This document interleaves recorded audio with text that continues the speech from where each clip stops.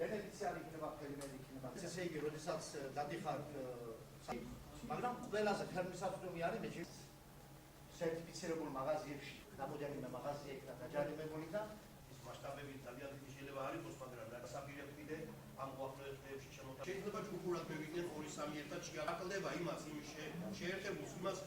ანუ ბეჭდის გარეშე. აი ბეჭდის გარეშე დაუყაზე და ჩადერო სახელგვარი მის უნდა მოვიდეს. ძალიან ცოტა ის მაღაზიები და იმ რაოდენობით საქონელი რა მაღაზია ჩვენ გვაჩნია, ასეთი არის ცოტა. ალბათ არის სულ 3 თუ 4. ხო და ამიტომ უნდა მოსახლეობას მოსვლა ჩვენთან.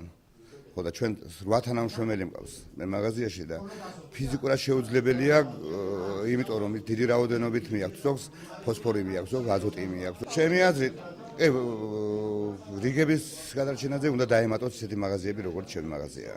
გვაქვს ვალდებულება, რომ გლეხობამ უნდა საბოლოო ჯამში დაამოისუთქოს და უნდა მიიღოს ეს იარაღები, ჩვენ გვაქვს სხვადასხვა სახის იარაღები, მასალები და გვაქვს სურვილი რომ მომსახუროთ გლეხებს. საკუთარ თავზე ვიღებს ვალდებულებას, რაც პრეისკურენში გვექნება, ყველა ფასი იქნება ნორმალური, საკმაოდ დაბალი ფასები იქნება. ნომინალური ბარათები, ესე იგი, რომელიც მიიღო ფერმერმა, ამის განაღდება მოხდეს მხოლოდ და მხოლოდ სერტიფიცირებულ მაღაზიებში. ვეცდებით რომ მოხდეს მაღაზიების დამატება, როგორც ახლა უნიშნეთ, ქედაში და შვახევში არ აგვაქვს, მაგრამ არიან პიროვნებები, რომლებმაც გამოთქვეს სურვილი, რომ ესე იგი გახსნან ახაც მაღაზია და ესე იგი ხელმისაწვდომი გახდეს იმ რაიონის წარმომადგენლისათვის, რომ იმან მაგალითად ბათუმში არ ჩამოვიდეს და მოხდეს ადგილზე შესყიდვა იმ საქონლის, რაც მას ჭირდება.